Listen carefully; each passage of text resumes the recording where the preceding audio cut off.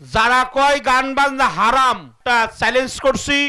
আমি শরীয়ত সরকার থাকবো, 50 লক্ষ টাকা থাকবো। যদি গান বাজনা প্রমাণ দেখাইয়া জায়েজ না করতে পারি, জীবনে বাউল মঞ্চে আমিও দাঁড়াবো না, কোনো বয়াতিরও দাঁড়াবার দেবো না। আমি তৈরি আছি, হিম্মত থাকলে দেখা।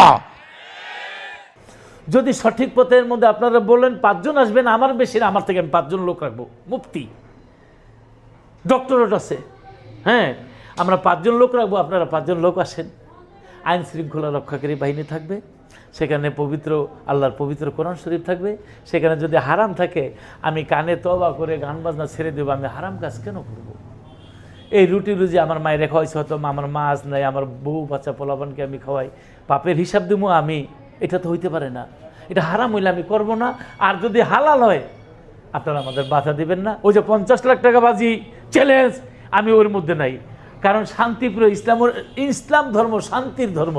আমি শান্তিপ্রিয়ভাবে আপনাদেরকে আহ্বান জানাচ্ছি। আপনারা বলবেন, আমি 5 জন মুফতি রাখবো, ডক্টরেট লাগলে ডক্টরেটও রাখবো। কিছুদিন আগে আমাদের বাংলাদেশের বাউলের একজন লোক, কি যেন একটা নাম, লতিফ সরকার চ্যালেঞ্জ দিয়েছে যে আমাদের হুজুরদের সাথে সে বসতে চায়। আমি বললাম টাকা লাগবে না, বাউল মতবাদ যে মুসলমান নয় টোটালটার উপরে বসবো আমি একা, বাংলাদেশে কোনো আলেম লাগবে না। আমি যদি ঠকে যাই তোরে 1 কোটি টাকা দিব। আর যদি তুই ঠকিস, মানিকগঞ্জ থেকে একেবারে যশোর পর্যন্ত তোর নাকে খত দিতে হবে।